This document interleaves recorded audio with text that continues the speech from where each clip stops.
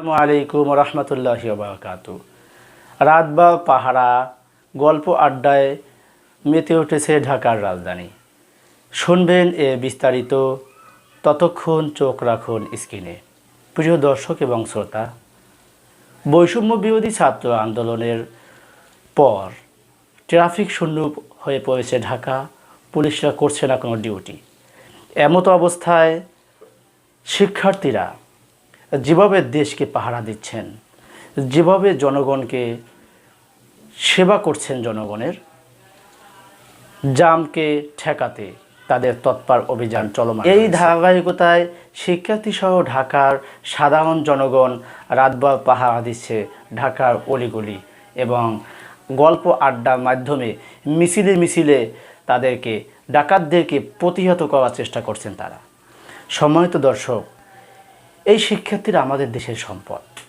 শিক্ষার্থীরা এমনভাবে দেশের দায়িত্ব কাঁধে নিয়েছেন, মনে হচ্ছে যেন জবানার ওমর ফিরে এসেছে। আল্লাহ তাআলা তাদেরকে যেন এরকমভাবেই কবুল করে নেন। আমরা এ আশায় বুক পেতে আছি। সাম্য, বৈষম্য, অধিকার, সাম্যর দিকে এগিয়ে যাবে বাংলাদেশ।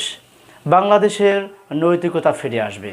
সম্মানিত দর্শক এবং শ্রোতা, ছাত্ররা যেভাবে এরকমভাবে পাহারা দিচ্ছেন এবং ডাকাতকে নির্মূল করার জন্য যে অভিযানগুলো করতেছেন, যেটা আমার মনে হয় যে সরকারের যে পুলিশ বাহিনী, তাদের দ্বারা এভাবে সম্ভব হয়ে উঠতো না।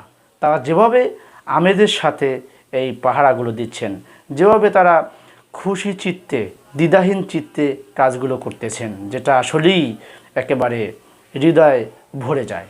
সম্মানিত দর্শক এবং শ্রোতা, আজ পুলিশরা যেরকমভাবে কর্মস্থল থেকে মুখ ফিরিয়ে নিয়েছেন, সেরকমভাবে পুলিশরা যদি ফ্যাসিস্ট সরকারের গোলামিটা না করতেন, তাহলে আমাদের জনমনের ঘৃণার পাত্র তারা হতেন না।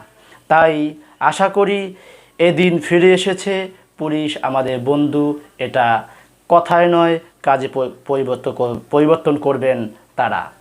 সম্মানিত দর্শক, ভালো থাকুন, সুস্থ থাকুন। দেখা হবে পরবর্তী ভিডিওতে। আল্লাহ হাফেজ।